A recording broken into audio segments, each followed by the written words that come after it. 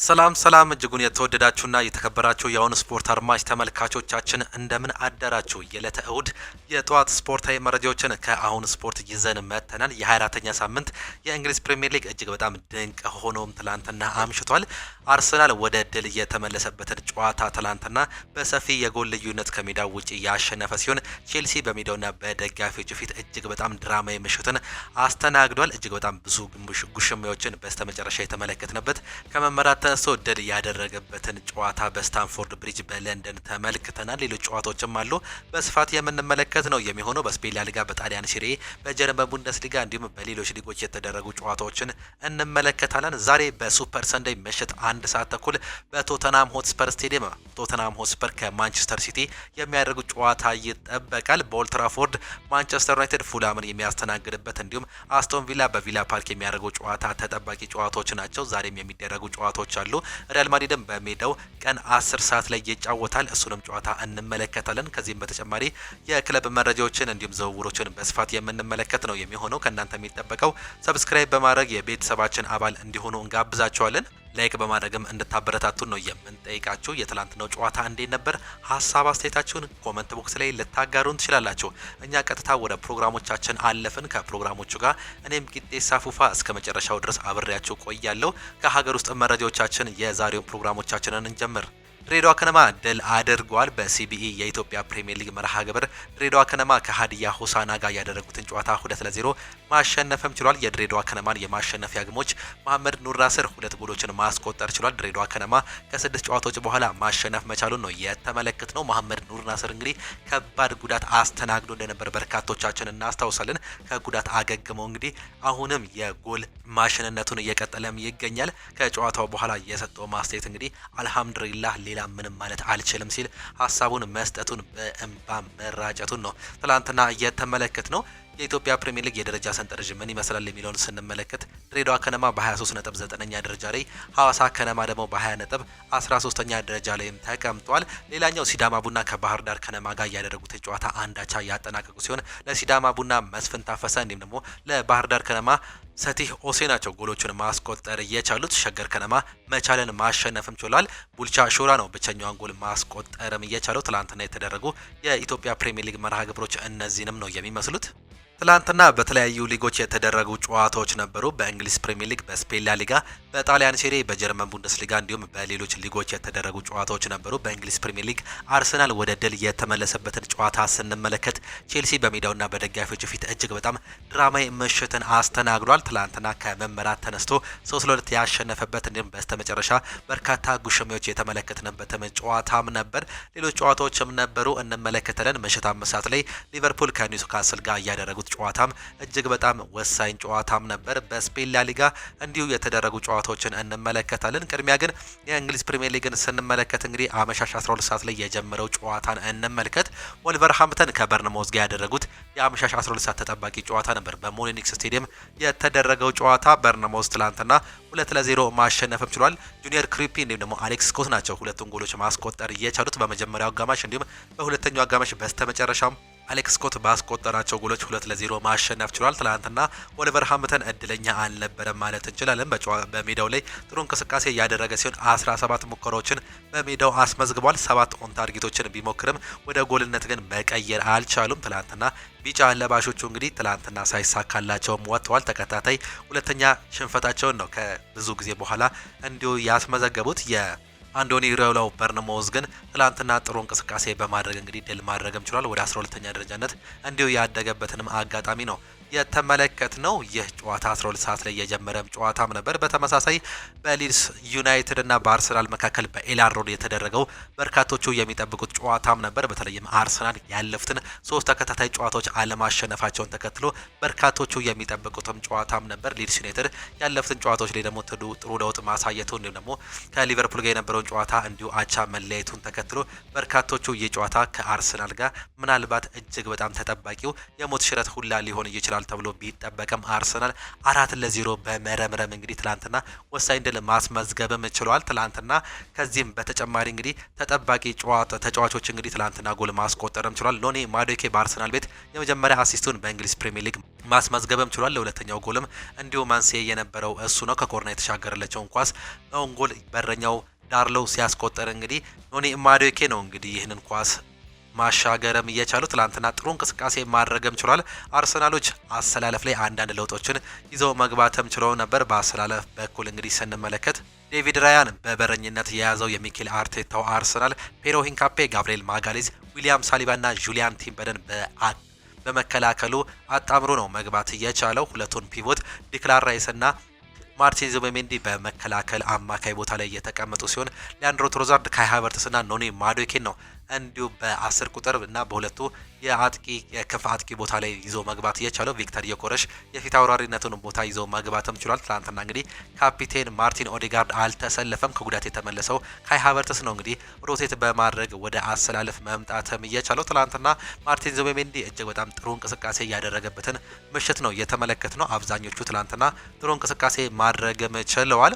ማርቲን ዙቢሜንዲ የመጀመሪያውን ጎል ለአርሰናል በ27ኛው ደቂቃ ላይ ኖኒ ማዱኬ እጅግ በጣም ጥሩ ክሮስ ያደረገችውን ኳስ እንዲሁ ማስቆጠርም ቻለ። በ38ኛው ደቂቃ ላይ የኮርና ኳሱን እንግዲህ ጎል ማስቆጠር መቻሉን ነው የተመለከትነው። በረኛው ዳርሎ ትላንትና ይህንን ስንመለከት ኖኒ ማዱኬ ለዚህም ጎል መንስኤ እንደነበር እንዲሁ አመላክቶናል። በሁለተኛው አጋማሽ ቪክተር ዮኮረሽ ከጋብሪኤል ማርቲኔሊ የተሻገረለትን ኳስ በማስቆጠር እንግዲህ ከተከታታይ 11 ጨዋታዎች በኋላ ይህ ተጫዋች እንዲሁ በኦፕን ፕሌይ እንግዲህ ጎል ማስቆጠርም ችሏል። አንድ ፔናልቲ ነበር ማስቆጠር የቻለው። ትላንትና ግን እንዲሁ ከጎል ጋር መታረቅ መቻሉን ነው የተመለከትነው። ይህ ተጫዋች ካለፉት የእንግሊዝ ፕሪሚየር ሊግ ጨዋታዎች እንግዲህ 6ኛ ጎል ላይ መድረስ መቻሉን በአርሰናል ቤተም ተመለከትን።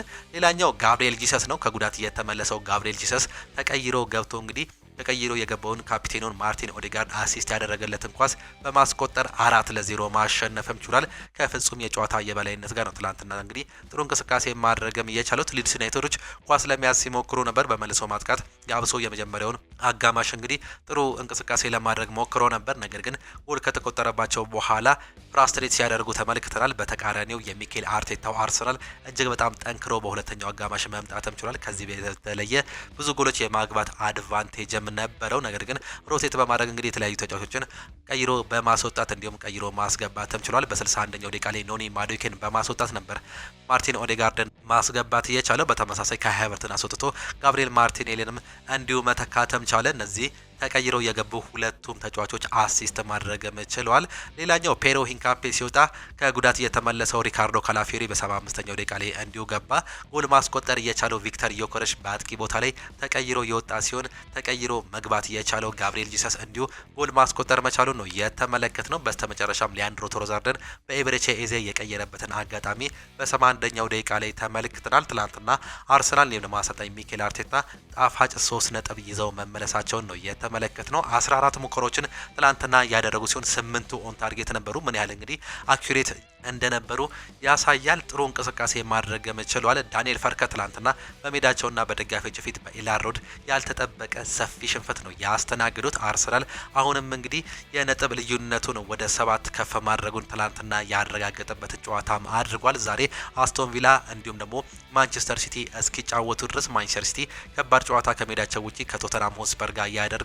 ምንም እንኳን ቶተናም ሆትስፐር ካለፉት 6 ጨዋታዎች ማሸነፍ ባይችልም እንግዲህ የፔፕ ጋርዲዮላው ሰራዊት ዛሬ ግዴታ ውስጥ ይገባል። ይህ ጨዋታ የማያሸንፍ ከሆነ እንግዲህ የነጥብ ልዩነታቸው ለሚኬል አርቴታ ዳግም የሚሰፋም ነው የሚሆነው። አስቶን ቪላም እንዲሁ በሜዳው ብሬንትፎርድን ያስተናግዳል። ብሬንትፎርድ በዚህ ዓመት ጥሩ ደረጃ ላይ የሚገኝ ሌላኛው ተፎካካሪ ክለብ መሆኑንም ተመልክተናል። በተለይም ኢጎር ቱያጎን የያዘው የአጥቂ ስፍራ ጥሩ ደረጃ ላይም ይገኛል። ትላንትና አርሰናል እንግዲህ ወሳኝ 3 ነጥብ ማሳካታቸውን ነው የተመለከት ነው። ከዚህ በፊት እንግዲህ በርካቶቻችን እንደምናነሳው የነበረው ያለፉትን 13 ጨዋታዎች ማለት ይቻላል የአጥቂ ስፍራ የነበሩት ኖኒ ማዱኬ እንዲሁም ደግሞ ቪክተር ዮኮረሽ፣ ጋብሪኤል ጂሰስ ከጉዳት መመለሱን በእርግጥ ይታወቃል። እንደ ማርቲን ኦዴጋርድ፣ ቡካዮ ሳካ፣ ጋብሪኤል ማርቲኔሊ የመሳሰሉ ተጫዋቾች እንግዲህ ጎል አያስቆጥሩም። እንዲሁም ደግሞ አርሰናል ከኦን ጎል እንዲሁም ደግሞ ከቆመ ኳስ ነው ጎሎችን እያስቆጠረ የሚገኘው። ይህም ምናልባትም እንግዲህ በርካቶቹ አርሰናል በዚህ ዓመት አጠራጣሪ ነገሩ ይህ ነገር ነው ሲሉ ያነሱም ነበር። ትላንትና ግን 4-0 በሆነ ሰፊ ውጤት በማሸነፍ እንዲሁም ደግሞ ከኦፕን ፕሌይ ያገኟቸውን ጎሎች በማስቆጠር እንግዲህ ትላንትና ከጎል ጋር እየተታረቁ አብዛኞቹ የአጥቂ ስፍራ ተጫዋቾች እንግዲህ ተመልክተንም ነበር። ይህም ለአርሰናል እጅግ በጣም አስደሳች እንደነበር ነው መመልከተም እየቻል ነው። ሌላኛው ብራይተን ኤንድ ሆቭ አልቢዮን ከኤቨርተን ጋር ያደረጉት ጨዋታም ነበር። ኤቨርተን ከሜዳቸው ውጪ 1 ነጥብ ይዘው መመለስም ነው የቻሉት። ገና በመጀመሪያው ደቂቃ ላይ እንግዲህ ብዙ ሙከራዎችን ማድረግ ቢችሉም አልተሳካላቸውም። ትላንትና ብራይተን ኤንድ ሆቭ አልቢዮን በ73ኛው ደቂቃ ላይ በፓስካል ግሮቭ እንግዲህ ጎል ማስቆጠር ቢችሉም በ97ኛው ደቂቃ ላይ ቤቶ ባስቆጠረው ጎል ኤቨርተን 1 ነጥብ ይዘው መውጣት ችለዋል። ብራይተኖች ትላንትና እድለኛ አልነበሩም ማለት ይቻላል። በ97ኛው ደቂቃ ላይ ነው ጎል የተቆጠረባቸው። ኤቨርተኖች ትላንትና ብዙ ሙከራዎችን አድርገውም ነበር። 4 ኦን ታርጌትም ነው የሞከሩት። ብራይተን በተቃራኒው እንዲሁ 2 ሙከራዎችንም ማድረግ መቻላቸውን የተመለከትነውም ጉዳይም ነበር። ሌላኛው ምሽት 2 ሰዓት ተኩል ላይ የጀመረው የስታንፎርድ ብሪጁ የለንደን ደርቢ ዌስትሃም ከሜዳቸው ውጪ ከቼልሲ ጋር ያደረጉት ተጠባቂም ጨዋታም ነበር። እጅግ በጣም ጉሽሚያ የታየበት እንዲሁም ደግሞ ቼልሲ እጅግ በጣም ድራማዊ ድልን ያስመዘገበበትም ጨዋታም ነበር። ገና ከ7ኛው ደቂቃ ላይ አርዋን ቢሳካ የቀድሞ የማንቸስተር ዩናይትድ ተጫዋች ለጃሬድ ቦወን ያሻገረለትን ኳስ በማስቆጠር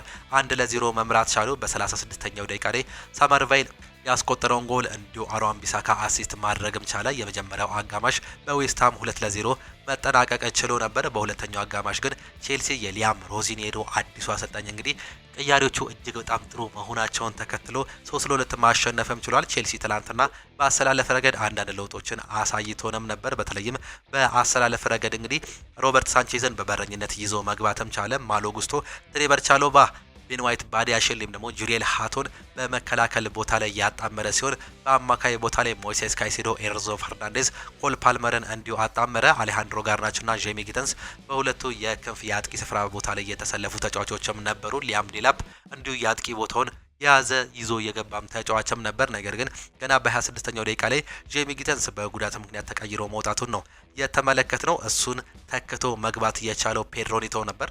የመጀመሪያው አጋማሽ 2-0 መጠናቀቁን የተመለከተው አሰልጣኝ ሊያም ሮዚኔር ዌስሊ ፎፋናን በቤን ዋይት፣ ባዲያሽን እንዲሁም ማርኮ ኩሬላን ደግሞ በጄሪያል ሃቶ በመቀየር እንግዲህ እንዲሁም ዣኦ ፔድሮ ደግሞ በአሌሃንድሮ ጋርናቾ በመቀየር ጨዋታውን ለመቀየር መሞከረ። እነዚህ ተጫዋቾች ገብተው ለውጥም ማሳየትም ቻሉ። ገና በ57ኛው ደቂቃ ላይ ተቀይሮ የገባው ዣኦ ፔድሮ ከዌስሊ ፎፋና የተሻገረለትን ኳስ ማግባትም ቻለ። እነዚህ ተጫዋቾች እንግዲህ በ46ኛው ደቂቃ ላይ ነው ተቀይሮ መግባትም የቻሉት። ይህም ለቼልሲ ለባለሜዳው ክለብ እንግዲህ ተስፋን መስጠትም ቻለ። በ70ኛው ደቂቃ ላይ ማርኮ ኩሬላ እንዲሁ ሌላ እጅግ በጣም ጥሩ ኳስ ማስቆጠርም ቻለ።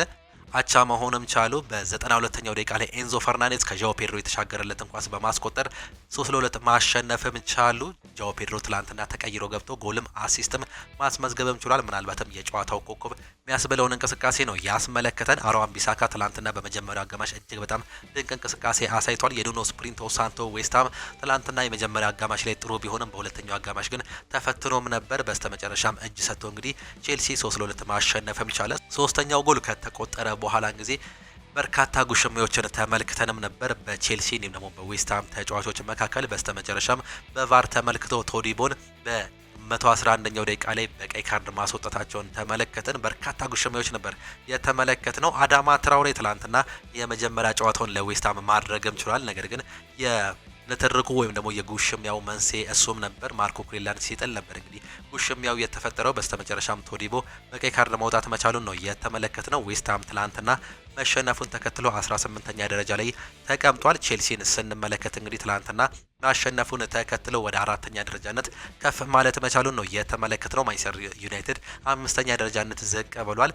ዛሬ የሚያሸንፍ ከሆነ ወደ 4ኛ ደረጃነት የመመለስ እድል አለው። በተለይም አሰልጣኝ ሊያም ሮዚኔር ከመጡ በኋላ እንግዲህ ተከታታይ 3ኛ ድላቸው ነው። ቼልሲዎች ጥሩ ጅማሩ እንደሆነ በአሰልጣኙ በኩል እየተገለጸም ይገኛል። ቶፕ 4 ውስጥ ለማጠናቀቅ የሚያደርጉትን ጥረት ትላንትናም ከመመራት ተነስተው ወደ አሸናፊነት የመጡበት አጋጣሚ ይህም ጥሩ እንቅስቃሴ ያደርጋቸዋል። በተለይም በመጀመሪያው አጋማሽ እንግዲህ 2-0 ተመርተው ሲወጡ በተለይም በስታንፎርድ ብሪጅ የነበሩ ደጋፊዎች የቼልሲ ተጫዋቾች ላይ እንዲሁ ተቃውሞ ሲያሰሙም ነበር። ነገር ግን ይህን ነገር በመለወጥ ወደ ደስታ ቀይረውላቸዋል የቼልሲ ተጫዋቾች።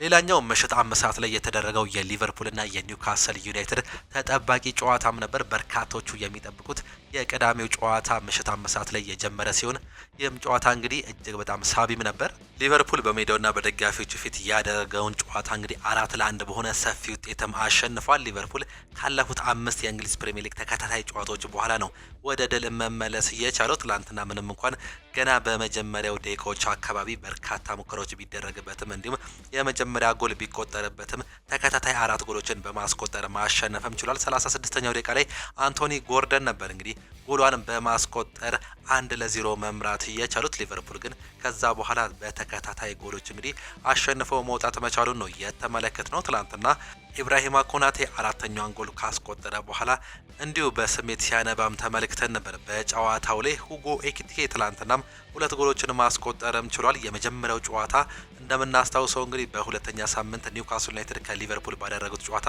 የእንግሊዝ ፕሪሚየር ሊግ ጎሉን ማስቆጠሩን እናስታውሳለን። በሁለት ጨዋታዎች 3 ጎል እያስቆጠረ ተጫዋች መሆኑን ነው አሁን እየተመለከትን የምንገኘው። ሊቨርፑል ትላንትና ጥሩ እንቅስቃሴ በማድረግ እንግዲህ አሁን ወደ ቶፕ 4 እየቀረበም ይገኛል። ሁጎ ኤኪቲኬ በ41ኛውና በ43ኛው ደቂቃ ላይ በ2 ደቂቃዎች ልዩነት ከፍሎሪያን ቪርትዝ እንዲሁም ደግሞ ከሚሎስ ኪርኪዝ የተሻገረለትን ኳስ በማስቆጠር 2-1 በመሆን እንግዲህ የመጀመሪያው አጋማሽ ተጠናቀቀ። በሁለተኛው አጋማሽ መሐመድ ሳላ ያሻገረለትን ኳስ ፍሎሪያን ቪርትዝ በማስቆጠር 3-1 መሆንም ቻሉ። በ93ኛው ደቂቃ ላይ ደግሞ ኢብራሂማ ኮናቴ በማስቆጠር ነው እንግዲህ 4-1 ማሸነፍ የቻሉት። ትላንትና እጅግ በጣም ስሜታዊ ሆኖ ተመልክተነው ነበር። ከጨዋታው በኋላም እንግዲህ ይህንን ጎል ለአባቴ ማበርከት እፈልጋለሁ ሲል ነው ኢብራሂማ ኮናቴን እየሰማ ነው የምንገኘው። ትላንትና ሊቨርፑል የአርኔ ስሎቱ ሊቨርፑል እጅግ በጣም ድንቅ ምሽትን ማሳለፍም ችሏል።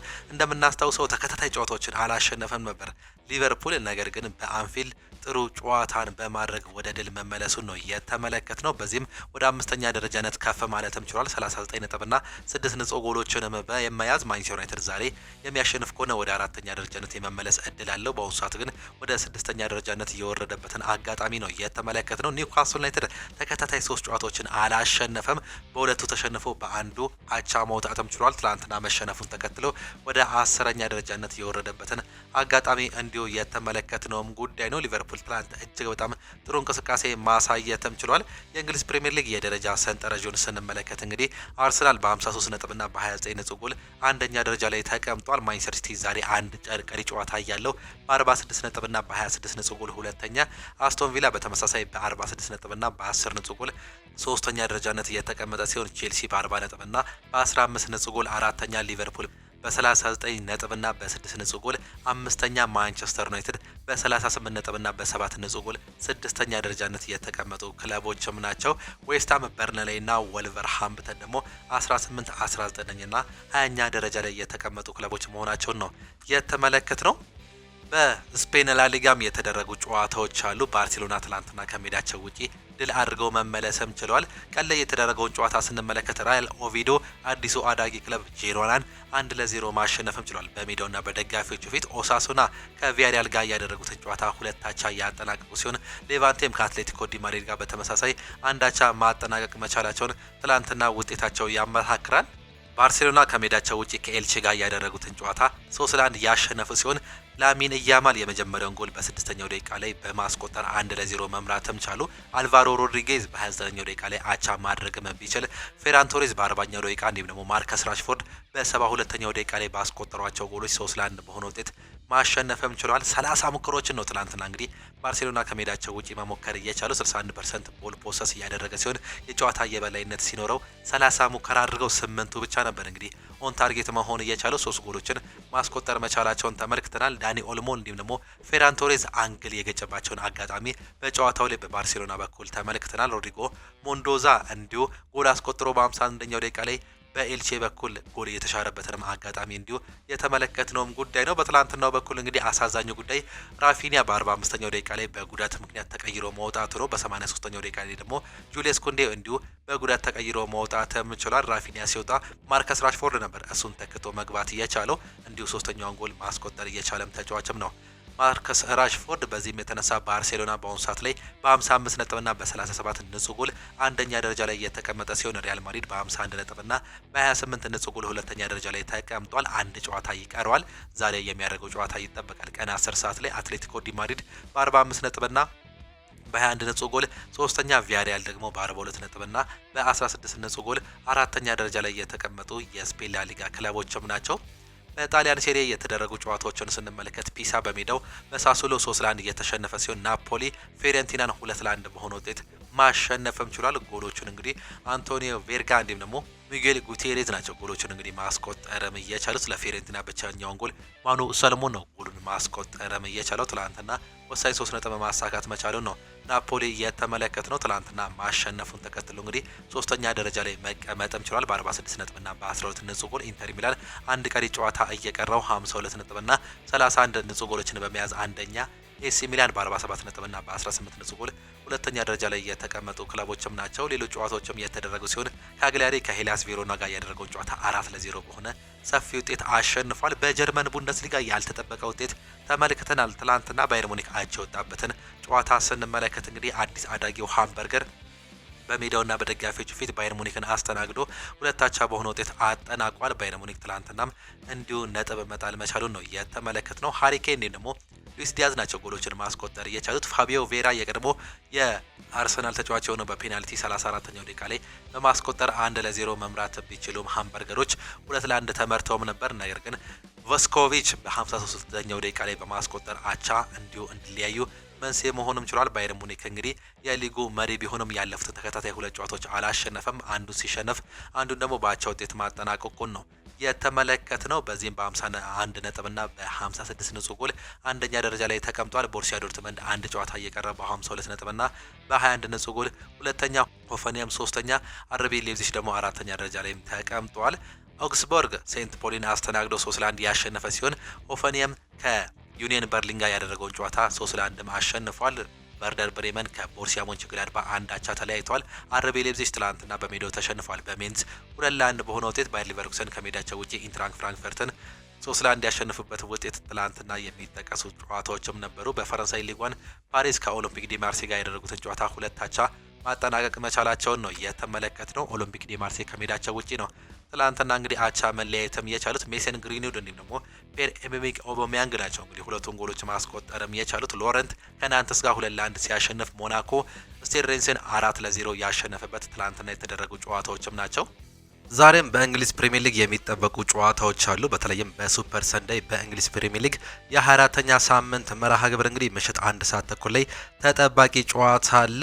ይህ ጨዋታ እንግዲህ በቶተናም ሆትስፐር ስቴዲየም ከማንቸስተር ሲቲ ጋር የሚያደርጉት ጨዋታ ይጠበቃል። 11 ሰዓት ላይ ማንቸስተር ዩናይትድ ከፉላም፣ ኖቲንጋም ፎረስት ከክሪስታል ፓላስ እንዲሁም አስቶን ቪላ ከብሬንትፎርድ ጋር የሚያደርጉት ጨዋታ አለ። በስፔን ላሊጋም የሚደረጉ ጨዋታዎችን እንዲሁ እንመለከታለን። ጣሊያን ሴሪ፣ ፈረንሳይ ሊጓን እንዲሁም ደግሞ ጀርመን ቡንደስሊጋን በስፋት የምንመለከት ነው የሚሆነው። የእንግሊዝ ፕሪሚየር ሊግን ስናስቀድም በእንግሊዝ ፕሪሚየር ሊግ ቀን 11 ሰዓት ላይ የሚደረጉ ጨዋታዎችን ስንመለከት በኦልድ ትራፎርድ ስቴዲየም ማንቸስተር ዩናይትድ ከፉልሃም ጋር የሚያደርጉት ጨዋታ ተጠባቂ ጨዋታ ነው። አሰልጣኝ ማይክል ካሪክ 3ኛ ጨዋታቸውን ዛሬ የሚያደርጉም ይሆናሉ። ኦልድ ትራፎርድ የሚያደርጉት ጨዋታ ደግሞ እጅግ በጣም ተጠባቂ ጨዋታ ነው። ሁለተኛ የኦልድ ትራፎርድ ጨዋታቸው ነው እንግዲህ ዛሬ የሚያደርጉት የሚሆነው። ያለፉትን 2 ጨዋታዎች በተለይም አርሰናልና ማንቸስተር ሲቲን በሜዳቸውና ከሜዳቸው ውጪ ማሸነፋቸውን ተከትለው እንግዲህ ቅድሚያ ግምታቸው ዛሬም ለነሱ እጅግ በጣም እየሰፋ እንደሆነ እየተመለከተን እንገኛለን። አሰልጣኝ ማይክል ካሪክ የጨዋታ ከባድ ይሆናል ሲሉ በፕሬስ ኮንፈረንሳቸው መግለጻቸውን ነው የተመለከትነው። 2 ጨዋታዎችን አሸንፈለን እንላቃለን፣ ነገር ግን የጨዋታ ለኛ ከባድ ሊሆንብን ይችላል ሲሉ ሀሳብ መስጠታቸው ነው የተመለከት ነው። እነዚህ ሁለቱ ክለቦች በታሪካቸው በተገናኙበት ጊዜ ማንቸስተር ዩናይትድ 58 ጊዜ ማሸነፍ ችሏል። በተቃራኒው ደግሞ ፉላም 14 ጊዜ ማሸነፍ የቻለ ሲሆን 18ቱን በአቻ ውጤት ነው ማጠናቀቅ የቻሉት። የመጨረሻ 5 የእርስ በርስ ግንኙነታቸውን ስንመለከት እንግዲህ ማንቸስተር ዩናይትድ 2ቱን ያሸነፈ ሲሆን አንዱን ፉላም 2ቱን ደግሞ በአቻ ውጤት ነው ማጠናቀቅ የቻሉት። የመጨረሻ የ2 እርስ በርስ ግንኙነታቸው በአቻ ውጤት ነው አንዳቻ ነው መጠናቀቅ የቻለው። የመጀመሪያው ጨዋታን ስናስታውስ እንግዲህ በሁለተኛ ሳምንት መርሃ ግብረ ማንቸስተር ዩናይትድ ከሜዳቸው ውጪ አንዳቻ ማጠናቀቃቸው እናስታውሳለን። ሮድሪጎ ሙኒዝ ለማንቸስተር ዩናይትድ በራሱ ጎል ላይ ያስቆጠረበት እንዲሁም በሁለተኛው አጋማሽ ስሚዝሮ ባስቆጠረው ጎል አቻ መለየታቸውን እናስታውሳለን። ይህ ጨዋታ እንግዲህ ዛሬ የሚጠበቅም ጨዋታ ነው። ቀን 11 ሰዓት ላይ የሚጀምረውም ጨዋታ እነዚህ ሁለቱ ክለቦች እንግዲህ የመጨረሻ በፕሪሚየር ሊግ ያደረጉትን ጨዋታዎች ስንመለከት ማንቸስተር ዩናይትድ ያለፉትን 5 ተከታታይ ጨዋታዎች አልተሸነፈም። በ3ቱ ተከታታይ አቻ የወጣ ሲሆን በሁለቱ ደግሞ ድል ማስመዝገብም ችሏል። ፉላምን እንዲሁ ስንመለከት በሁለቱ አቻ ወጥቶ በሁለቱ አሸንፎ በአንዱ ሽንፈትም አስተናግዷል። ዛሬ የጨዋታ ይጠበቃል። በእነዚህ በሁለቱ ክለቦች መካከል በጉዳት የማይገኙ ተጫዋቾችን ስንመለከት ፓትሪክ ዶርጉ በዛሬው ጨዋታ ላይ በሃምስትሪንግ ጉዳት ምክንያት አይገኝም። ለ10 ሳምንታት ያክል ምናልባትም ከሜዳ ሊርቅ እንደሚችል ነው እየተገለጸ የሚገኘው። ባለፈው ጨዋታ ላይ በተለይም በአርሰናሉ ጨዋታ ላይ እጅግ በጣም ድንቅ ጎል ያስቆጠረው የሳምንቱ ምርጥ ተጫዋች እንዲሁም የማንቸስተር ዩናይትድ የወሩ ምርጥ ተጫዋች ተብሎ መመረጥ የቻለው ፓትሪክ ዶርጉ ዛሬ በጉዳት ምክንያት አይገኝም። ማቲያስ ደሊትም ያልተመለሰ ተጫዋች ነው። ይህ ተጫዋች እንግዲህ በወገብ ጉዳት ምክንያት ያልኖረ ተጫዋች መሆኑ ነው እየተገለጸ የሚገኘው። ጆሹዋ ዚርክዜ ምናልባትም በዛሬው ጨዋታ ላይ የማይገኘው ሌላኛው ተጫዋች ሊሆን እንደሚችል እየተገለጸም ይገኛል። በፉላም በኩል ሮድሪጎ ሙኔዝ በሃምስትሪንግ ጉዳት ምክንያት አይገኝም። ሳሳ ሉኪች እንዲሁ በሃምስትሪንግ በተመሳሳይ ጉዳት ምክንያት የማይገኝ ተጫዋች መሆኑን ነው እየተመለከተን የምንገኘው። ማንቸስተር ዩናይትድ ይህን ጨዋታ የሚያሸንፍበት እድል ቅድሚያ ግምት እየተሰጠው ይገኛል። ከዚህ በፊት ግን በርካቶቻችን እንደምናስታውሰው ማንቸስተር ዩናይትድ ከትላልቅ ክለቦች ጋር ያላቸው ሪከርድ በተለይም በአሰልጣኝ ሩበን አሞሪም ጭምር እጅግ በጣም ጥሩ ነበር። ነገር ግን የሚፈተኑት አቨሬጅ እንዲሁም ደግሞ ዝቅተኛ ከሚባሉ ክለቦች ጋር ነው። ዛሬም ከፉላም ጋር የሚያደርገው ጨዋታ እንዲሁ እጅግ በጣም ወሳኝ ሊሆን እንደሚችል ነው እየተገለጸ የሚገኘው። ይህም ምናልባትም እንግዲህ ለማንቸስተር ዩናይትድ ሌላኛው ፈተና ሊሆን እንደሚችል ነው የተገለጸው። እንዲሁ ለአሰልጣኝ ማይክል ካሪክን ጨምሮ ማለት ነው። አሰልጣኝ ማይክል ካሪክ ይህን ጨዋታ የሚያሸንፍ ከሆነ ግን ምናልባትም ማንቸስተር ዩናይትድ አዲስ ኢራ እንደፈጠረ ነው እየሰማንም ሊሆን እንደሚችል የምንሰማው። የጨዋታ ለማንቸስተር ዩናይትድም ሆነ ለፉላም እጅግ በጣም ወሳኝ ያደርገዋል። ማንቸስተር ዩናይትድ ቶፕ 4 ውስጥ ያለውን ሁኔታ እንዲሁ ለማስቀጠል የሚረዳበት ጨዋታ ሊሆን እንደሚችል እንዲሁ ጨዋታውን ቅድሚያ ግምቶች እንዲሁም ደግሞ ቅድሚያ ደሰሶች ያመላክቱናል። በማንቸስተር ዩናይትድ ቤት እንግዲህ ካፕቴን ብሩኖ ፈርናንዴዝ 10 አሲስት እና 5 ጎል በማስቆጠር እንግዲህ 15 የጎል ተሳትፎ በማድረግ በእንግሊዝ ፕሪሚየር ሊግ በማንቸስተር ዩናይትድ ቤት ቅድሚያ የተሰጠው እንዲሁም ደግሞ ኮከብ ጎል አግቢነቱን ለማንቸስተር ዩናይትድ እየመራም ይገኛል። ብሪያን ምቤሞ 8 ጎልና 1 አሲስት ያስመዘገበ ተጫዋች ሲሆን ማቲያስ ኩኛ 5 ጎልና 2 አሲስት፣ ፓትሪክ ዶርጉ ደግሞ 3 ጎልና 3 አሲስት በማስመዝገብ እንግዲህ በማንቸስተር ዩናይትድ ቤት በዚህ ዓመት የሚጠቀሱ ተጫዋቾችም ናቸው። በፉላም በኩል ሃሪ ዊልሰን ነው የሚጠቀሰው 8 ጎልና 4 አሲስት አስመዝግቧል። ራውል ሄሚኔዝ 5 ጎልና 3 አሲስት እንዲሁም ደግሞ ቹኩዌዛ 3 ጎልና 4 አሲስት ያስመዘገቡ ተጫዋቾችም ናቸው። አሌክስ ዮቢ 2 ጎልና 2 አሲስት ያስመዘገበ ተጫዋች መሆኑን ነው የተመለከት ነው። በማንቸስተር ዩናይትድ ቤት ምናልባትም የፓትሪክ ዶርጉ መጎዳት እንግዲህ ማቲያስ ኩኛን ወደ አሰላለፍ ሊመልሰው የሚችልበት እድልም አለ። በእርግጥ በዛሬው ጨዋታ ላይ ማቲያስ ኩኛ ቅድሚያ ግምት የተሰጠው እንደሆነ ነው እየተገለጸ የሚገኘው። ያለፈውን ጨዋታ ላይ ፓትሪክ ዶርጉ የቲም ባላንስ ለመጠበቅ እንደተሰለፈ በርካቶቹ እንዲሁ ያነሳሉ። በዛሬው ጨዋታ ላይ ግን በፍጹም የጨዋታ ማጥቃት ማንቸስተር ዩናይትድ የመጫወት እድል ሊኖረው እንደሚችል እየተገለጸም ነው የሚገኘው። ይህ ጨዋታ ዛሬ የሚጠበቅም ይሆናል። ሌላኛው ኖቲንጋም ፎረስት ከክሪስታል ፓላስ ጋር የሚያደርጉት ጨዋታ የሚጠበቅ ነው የሚሆነው። በአሰልጣኝ ኦሊቨር ግላስነር የሚመራው ክሪስታል ፓላስ ከሾንዳይሹ ኖቲንጋም ፎረስት ጋር በሲቲ ግራውንድ የሚያደርጉት ጨዋታ የሚጠበቅ ሲሆን በተለይም ክሪስታል ፓላስ እንግዲህ ቲሙ እየተፈረከረከም ይገኛል። በአሁኑ ሰዓት ላይ ዣን ፊሊፔ ማቴታ ምናልባትም የመልቀቅ እድሉ እጅግ በጣም እየሰፋም ይገኛል። ከኤሲ ሚላን ጋር እንዲሁ ድርድር ላይ እንደሚገኝ እንዲሁም ደግሞ በግል መስማማቱን ሰምተንም ነበር። ከዚህ በፊት እንግዲህ እንደ ማርክ ጉይ ያሉ ተጫዋቾች በዚህ በጥር የዝውውር መስኮትም ለቋል። አምና ደግሞ እንደ ኤብሬቼ ኤዜ እንዲሁም ደግሞ ሌሎች ወሳኝ ተጫዋቾች ከክሪስታል ፓላስ ጋር መለየታቸውን የምናስታውሰውም ጉዳይ ነው። አሁን ክሪስታል ፓላስ እንግዲህ እንደ አምናው መሆንም አልቻለም። ይህም ክሪስታል ፓላስን እያሳሳው እንደሆነ እየተገለጸም ነው የሚገኘው።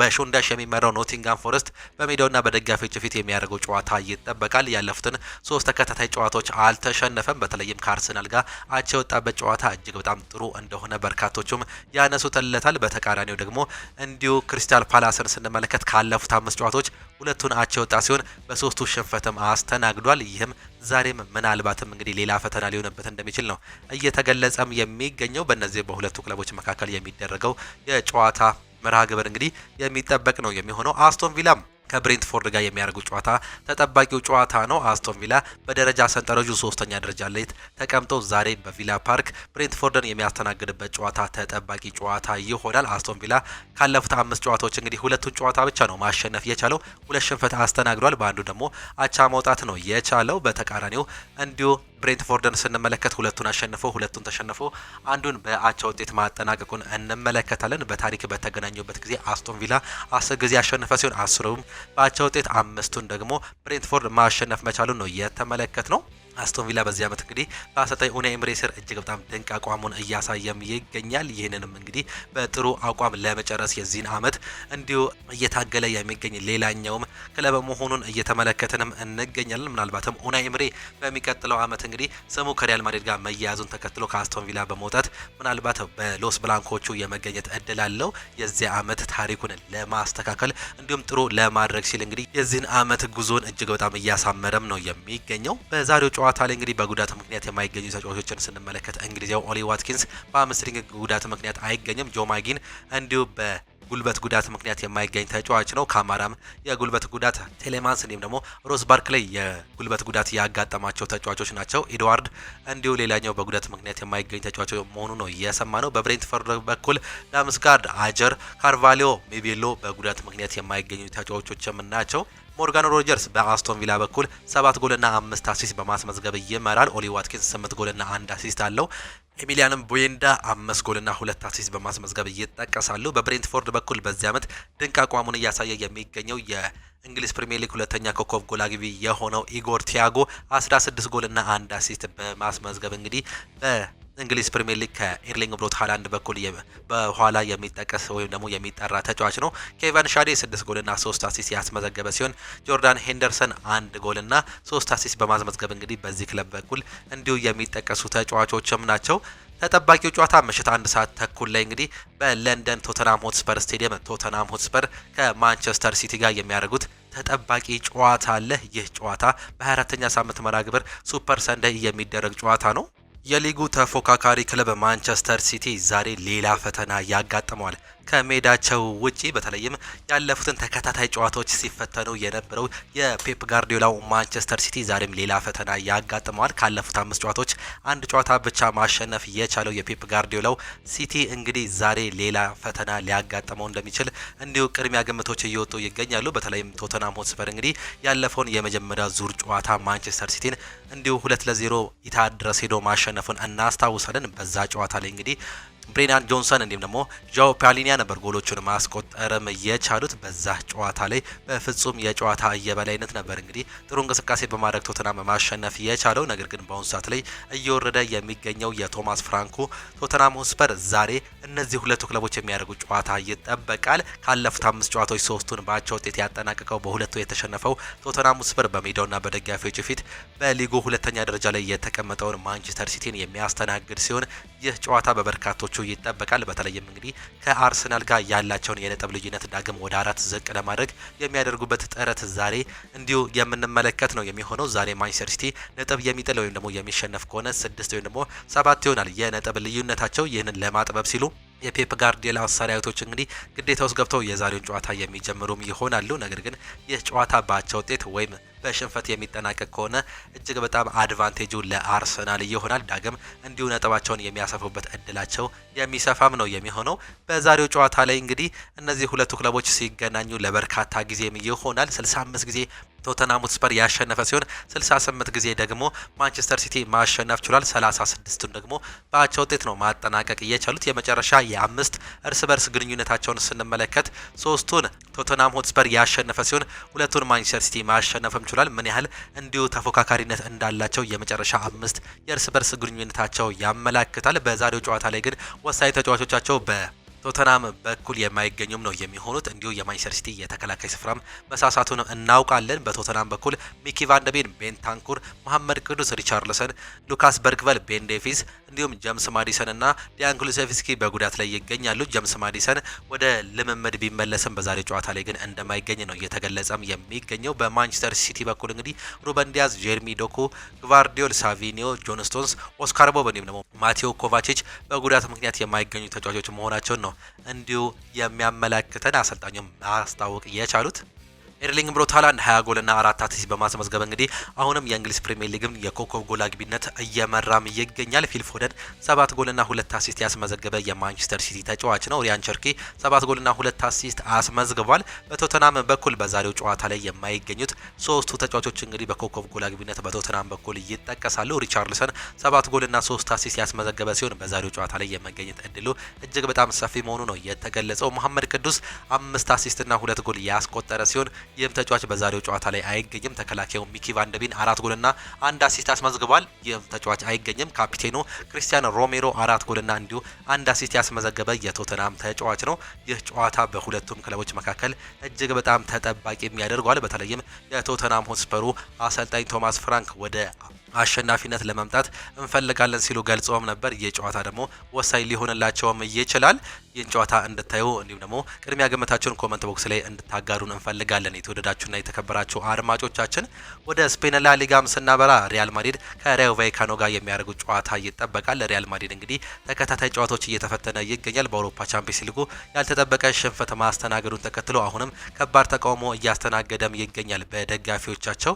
ይህም እንግዲህ ምናልባትም ዛሬም ሌላ ተቃውሞ ሊያስተናግዱ እንደሚችሉ በርካታ ግምቶች እንዲሁም ደግሞ አንዳንድ ዘገባዎች እየወጡም ይገኛሉ። በአሁኑ ሰዓት ላይ ሁለተኛ ደረጃነት የሚገኘው ሪያል ማድሪድ ከመሪው 4 ነጥብ ዝቅ ብሎ ነው የሚገኘው። ይህን ጨዋታ የሚያሸንፍ ከሆነ ወደ 1 ነጥብ ዝቅ ማለት ከፍተኛ እድልም አለው። አሰልጣኙ ራውል አልቤሮል እንግዲህ የዛሬውን ጨዋታ ለማሸነፍ ነው ወደ ሜዳችን የምንገባው ሲሉም ገልጸውታል። ይህም ጨዋታ ቀን 10 ሰዓት ላይ የሚጀምርም ጨዋታ ነው። ሌላኛው ሪያል ቤቲስ ከቫሌንሺያ ጋር የሚያደርጉት የአመሻሽ 12 ሰዓት ከሩብ ተጠባቂ ጨዋታ ሲሆን ሄታፌ ከሴልታ ቪጎ ምሽት 2 ሰዓት ተኩል ላይ፣ አትሌቲኮ ቢልባኦ ከሪያል ሶሲዳድ ደግሞ ምሽት 5 ሰዓት ላይ የሚጫወቱም ይሆናሉ። በጣሊያን ሴሪኤም የሚደረጉ ጨዋታዎችን ስንመለከት ቶሪኖ ከሊቼ፣ ኮሞ ከአታላንታ፣ ክሮምኔሴ ከኢንተር ሚላን እንዲሁም ደግሞ ፓርማ ከጁቬንቱስ ጋር የሚያደርጉ ጨዋታ ይጠበቃል። በጀርመን ቡንደስሊጋ 2 ጨዋታዎች ሲደረጉ ስቱትጋርት ከፍራይቡርግ ሲጫወቱ ቦሩሲያ ዶርትመንድ ሄዲየንምን የሚያስተናግድበት የ1 ሰዓት ተኩል ተጠባቂ ጨዋታም አለ። በፈረንሳይ ሊጓን 5 ያክል ጨዋታዎች ይደረጋሉ። ኦሎምፒክ ሊዮን ሊልን ሲያስተናግድ፣ ኒንስ ከብሬስት ጋር የሚያደርጉት ጨዋታ ይጠበቃል። አንገርስ ሜንስን ሲያስተናግድ፣ ቶሉዝ ከአግዠር ጋር እንዲሁ ይጫወታሉ። ምሽት 4 ሰዓት ከ45 ስትራትቡርግ ከፓሪስ ሰን ዠርሜን ጋር የሚያደርጉት ሌላኛው እጅግ በጣም ተጠባቂው ጨዋታ መሆኑን ነው እንዲሁ እየተመለከትን የምንገኘው። እኚህ እንግዲህ ዛሬ የሚደረጉ ጨዋታዎች ናቸው። እነዚህን ጨዋታዎች እንድታዩ እንጋብዛቸዋለን። እጅጉን የተወደዳችሁና የተከበራችሁ የአሁኑ ስፖርት አድማጭ ተመልካቾቻችን ለዛሬ የነበረን ስፖርታዊ መረጃዎቻችን ይህንን እየመስሉ ነበረ። ፕሮግራሞቻችንን እንዴት አያችኋቸው? ሀሳብ አስተያየታችሁን ኮመንት ቦክስ ላይ ልታጋሩን ትችላላችሁ። ዛሬ የሚደረጉ ተጠባቂ ጨዋታዎች አሉ። እነሱን ለማስታወስ ያክል በእንግሊዝ ፕሪሚየር ሊግ ቀን 11 ሰዓት ላይ የሚጀምሩ 3 ጨዋታዎች አሉ። በኦልድ ትራፎርድ ማንቸስተር ዩናይትድ ፉላምን ያስተናግዳል።